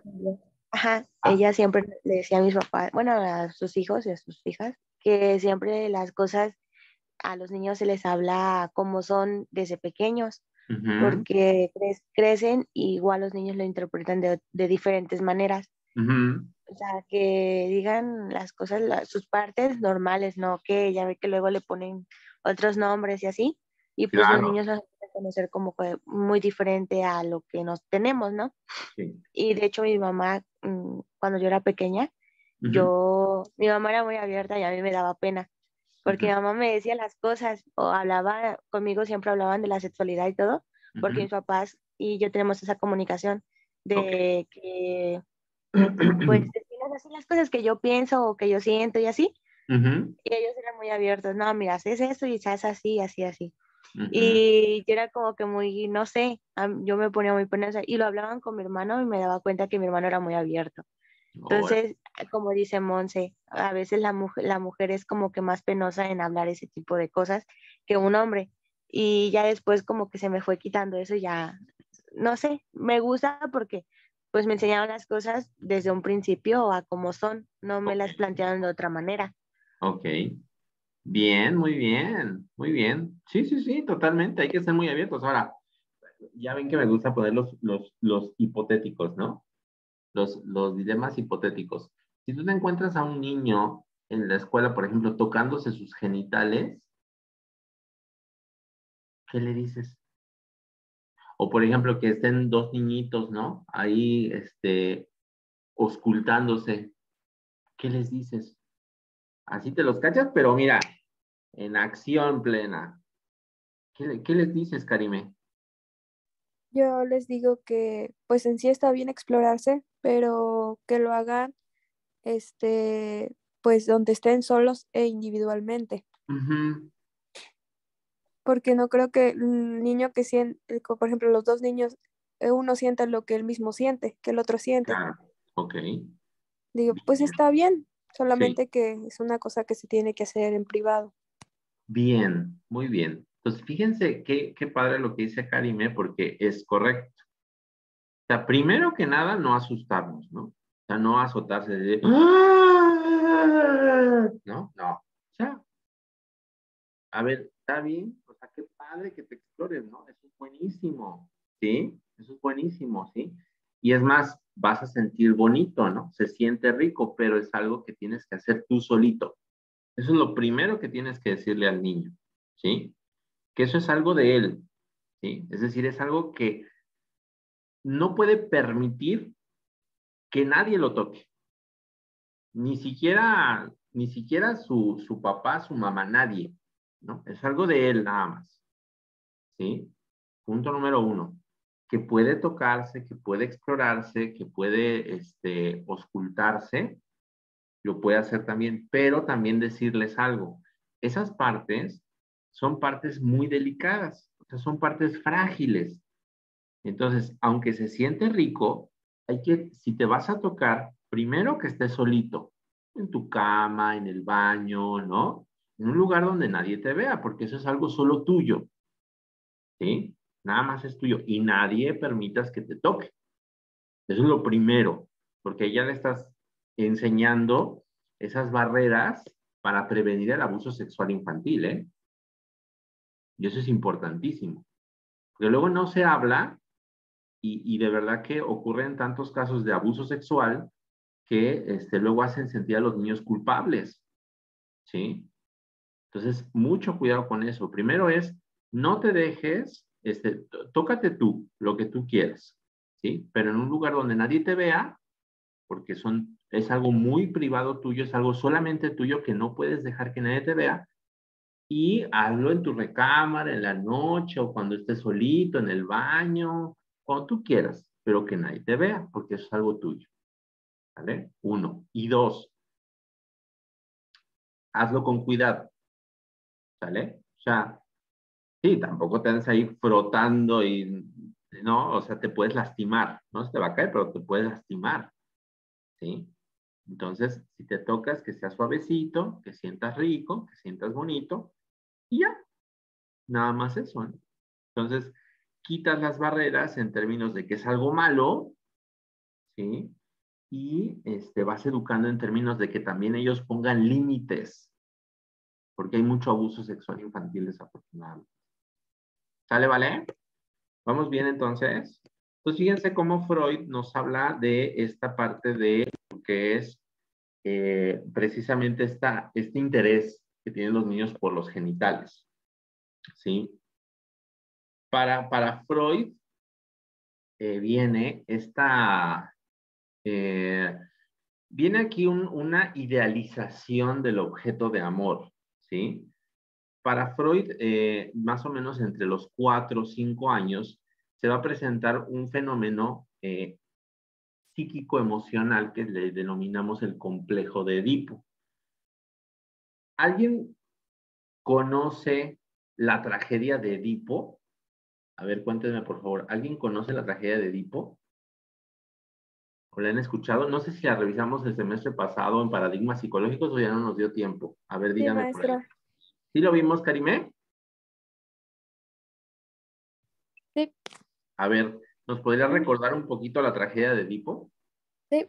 Era pues un matrimonio que tuvo un hijo Ujú, y el rey, porque eran reyes, el rey ujú, fue a informarse en el oráculo Ujú. y ese mismo le dijo que su hijo lo iba a matar. Entonces, Bien. para no hacerle el cuento tan largo, pues lo mandó a perderse. Ujú. Y resultó que su hijo se casó con su mamá Ujú. y mató a su padre. Bien, es correcto, ¿no? Así es. Que finalmente para Freud, los niños pasan por esa tragedia griega, ¿no? Los niños pasan por esa tragedia griega. ¿En qué términos? En términos de que el niño, personificando como a este Edipo, ¿sí? El niño idealiza a mamá y sufre este complejo edípico primero, es decir, el niño se idealiza a mamá y se enamora de ella, ¿eh? Literalmente, el niño, dice Freud, literalmente se enamora de ella, quiere estar con ella y la ve como su objeto de amor, pero vaya, ideal, ¿sí? Es el complejo edípico. Y se da cuenta que hay un rival, que es papá, ¿sí? Y papá lo que queremos pues, es eliminarlo, ¿no?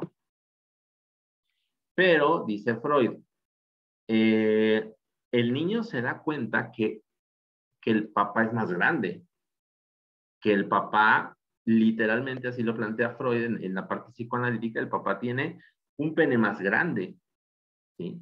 Y que viene esta amenaza de castración, es decir, a mí papá me va a aniquilar. Si yo me quedo con su mujer, o sea, con mamá, papá me va a aniquilar.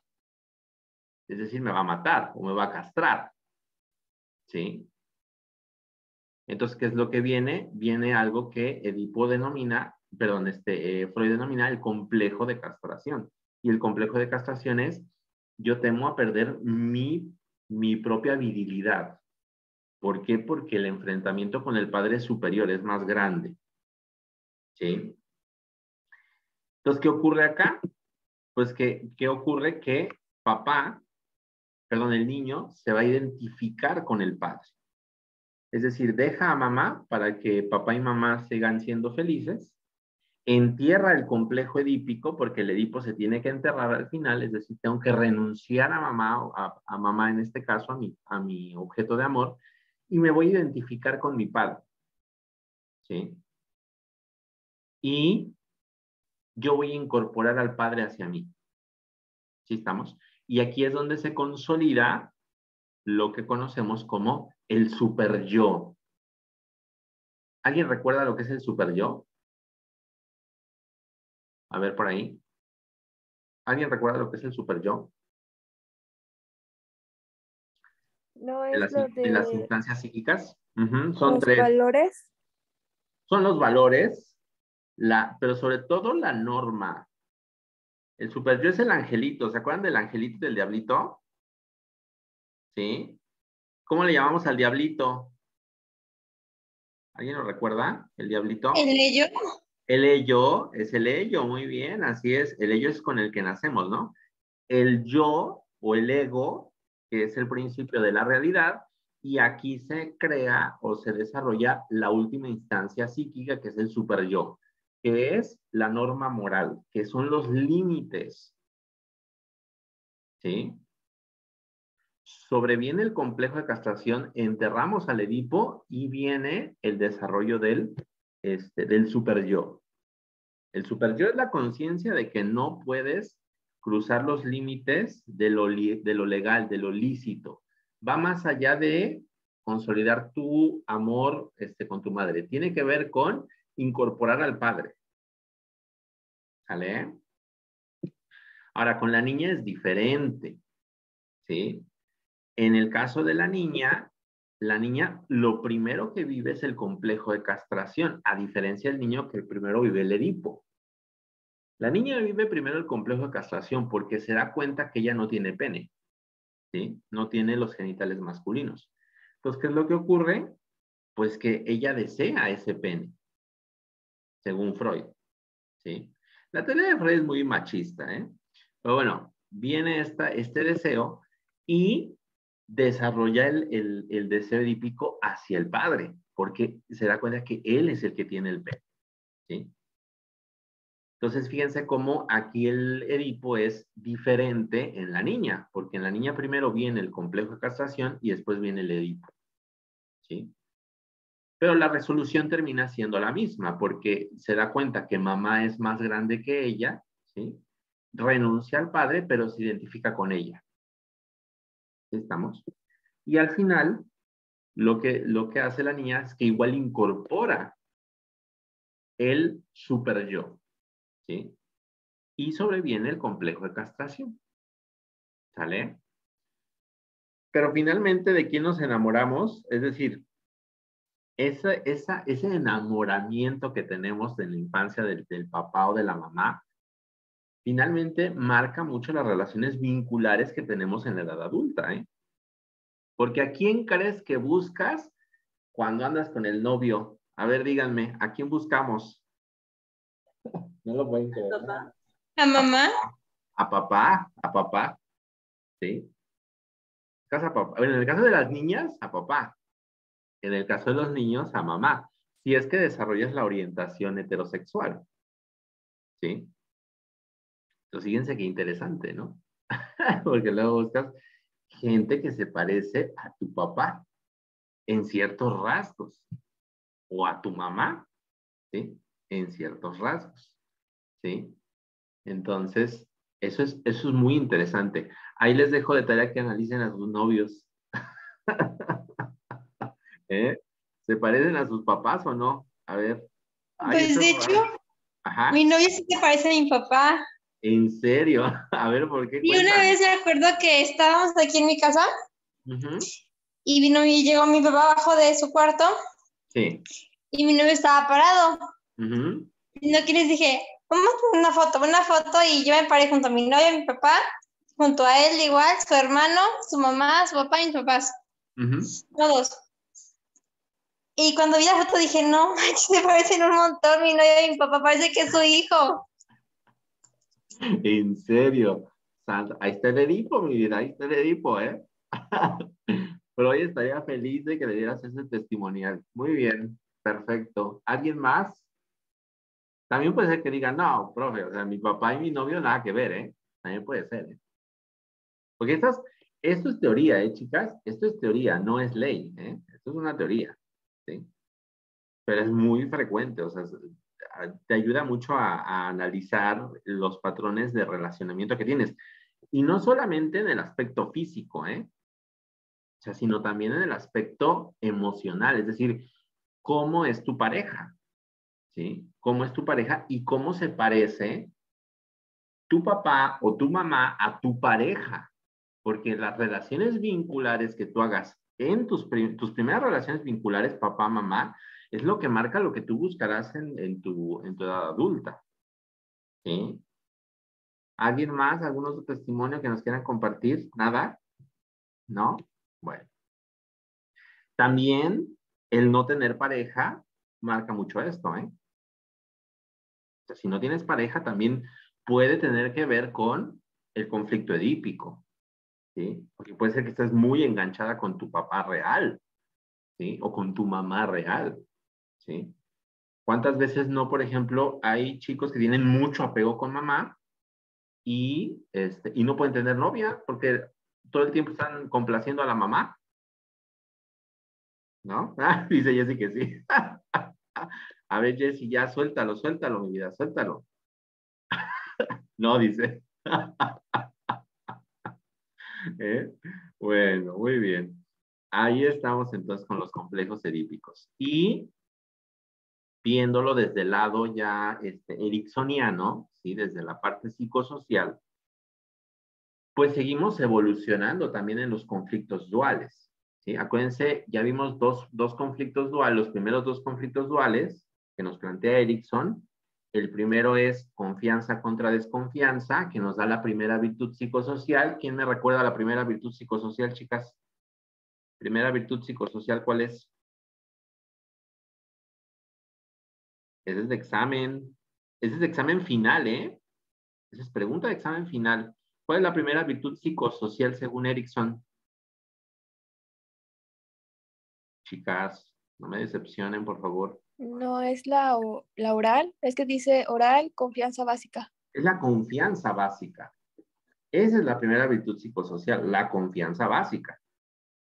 ¿Sí? Que para Freud es la etapa oral, para Erikson es el desarrollo de la confianza básica. Bien, esa es la primera. La segunda virtud psicosocial, que es la equivalente al anal en Freud, que es autonomía contra vergüenza y duda.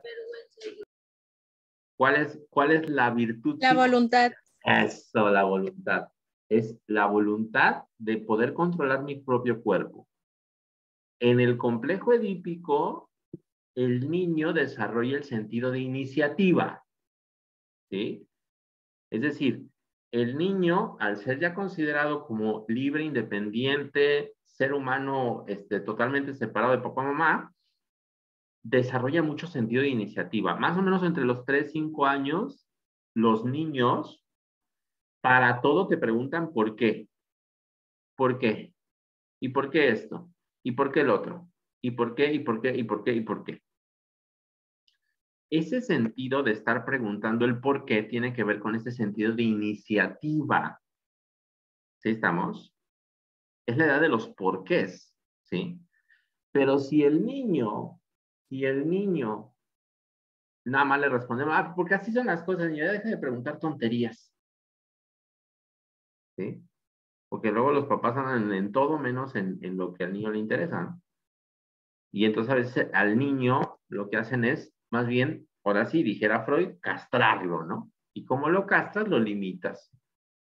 Entonces, lo que desarrolla el niño es, ¿sabes qué? Ya mejor ya no pregunto, ya no soy curioso, porque preguntar es malo. Entonces desarrollamos sentido de culpa. Y entonces, ¿eso a qué nos lleva? Nos lleva a adultos que son acomplejados y adultos que prefieren no tener iniciativa.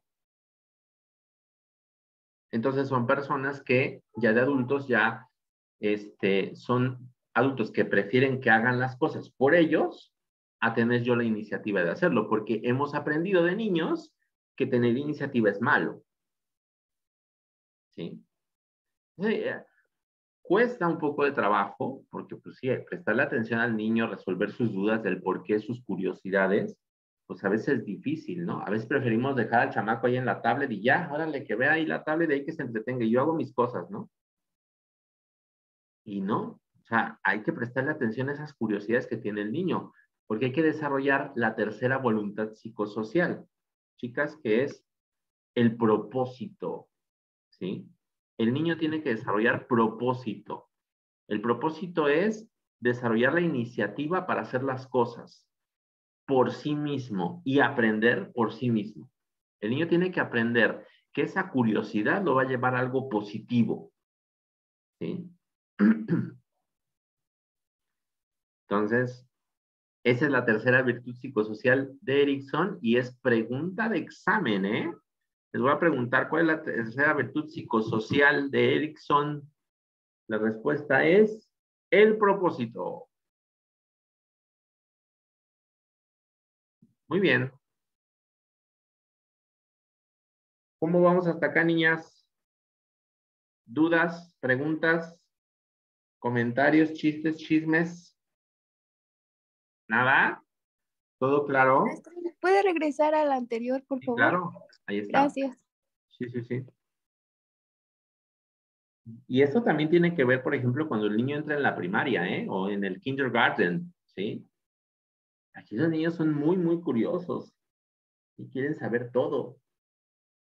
Entonces, tú como docente busca satisfacer esa curiosidad y darle los elementos también, como decía Brunner, ¿no? O como decía Vygotsky, ¿no? O ¿cómo se llama? Piaget, ¿no? Dale los elementos para que el niño descubra también por sí mismo. No le prohíbas.